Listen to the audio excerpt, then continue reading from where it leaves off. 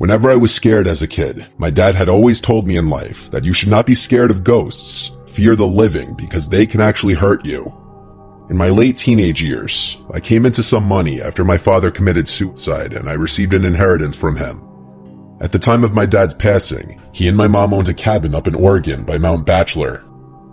The cabin had been put up for sale since my mom could no longer afford the payments, and renting it out was not covering the payments either.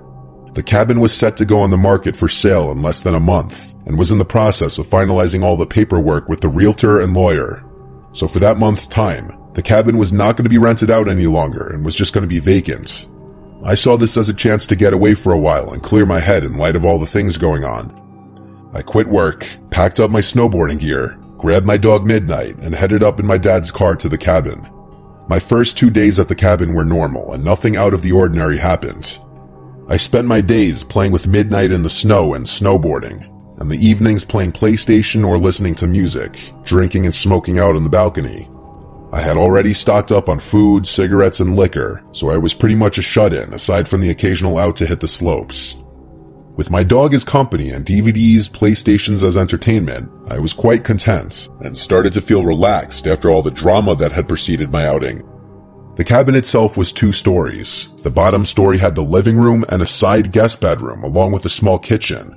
Upstairs had another 2 rooms along with a walkout balcony attached to the master bedroom. Most of my time was spent either in the living room, kitchen, or master bedroom. I never ventured into the other rooms and always kept the doors leading into them shut. The 3rd day came around and I was going through my usual routine of playing with my dog, playing games, and watching DVDs.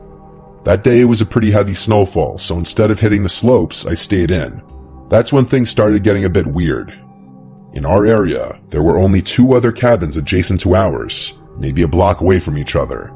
All other cabins aside from these 2 were around a mile away from ours.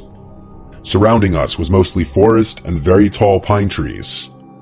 Both these cabins were empty, and from the past couple of days, I knew that no one was currently staying there.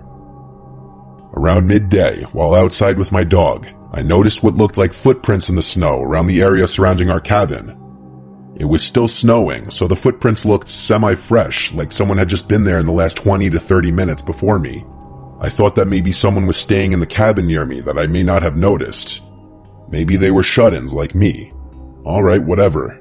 The footprints led away from my cabin and they disappeared in the snow towards the denser part of the trees.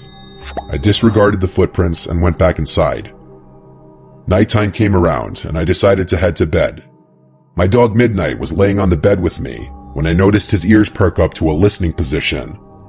This was followed by him quickly jumping off the bed and running downstairs to the living room. I lay in the bed and stayed silent. I was honestly freaked out. And I could hear him moving around downstairs back and forth.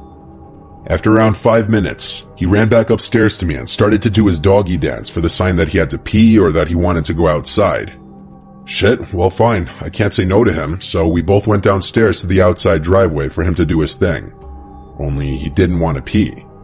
As soon as we were outside, he started to pull his leash, trying to drag me to where he wanted to go. He kept looking into the dense part of the trees where the prints had been earlier, but he also kept sniffing the side of the house and looking up towards the roof. After he figured out that I was not going to go where he wanted, he sat himself down and just stared into the darkness. A bit unusual for him, but alright, maybe there's some forest animals out there that he wants to chase down. But fuck this, I didn't want to chase anything, so I pulled him back inside and we both headed back upstairs. Around half an hour later, I was lying in my bed when I heard what sounded like hooves walking on my roof. It was only a series of around 6 steps, and I rationalized that it could be a pine cone falling from a tree onto the roof, or maybe a kind-hearted forest animal running around. But here's the thing. The steps seemed to be spaced apart like a man-length stride, so it was really freaking me out. Midnight also heard the noise and was quick to run to the balcony screen door, expecting for me to let him out. Alright, you know what? I'm a tough guy, and at the time I considered myself to be fairly well built and strong enough to handle myself. So I grabbed my coat and shoes along with my cigarettes and flashlight and went out onto the balcony. As soon as I went outside, I lit up my cigarette and started canvassing the roof with my light. Nothing there, and the snow on top was undisturbed. Weird. Was it all in my head? What about Midnight hearing the noise? Maybe he was feeding off my paranoia. I started to calm down and relax again. My eyes started to adjust to the darkness, and I kept smoking and just staring at the stars and trees next to our cabin. That's when I saw it. In a tree that was a little taller than our cabin and around 20 feet from the balcony, I saw what looked like a man crouched in a squatting position in between two branches. It looked really tall, like 8 or 9 feet, and it was really fucking skinny. It was squatted on one branch, and its freakishly long, white arms were extended above its head, holding onto the branch above it, while its mouth was wide open with no expression. What the fuck is that? I wasn't sure if I was really seeing this thing, and stood just staring and sat there motionless. I noticed Midnight stand up and start pacing behind me and lightly barking at the same time. The thing still did not move. I put my cigarette out and was debating on shining the light in the thing's direction, but something in my head kept screaming not to. So I walked backwards to the inside of the room and pulled Midnight with me.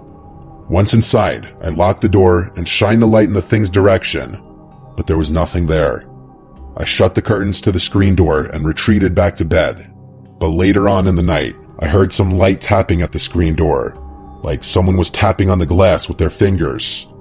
It was consistent and did not stop for nearly an hour. Midnight seemed to stare at the door, but he wouldn't go near it anymore. The weirdest part was that I had a feeling like someone was inviting me to open that door, but at the same time, I kept hearing my dad's voice in my head, telling me to stay in bed and don't do it.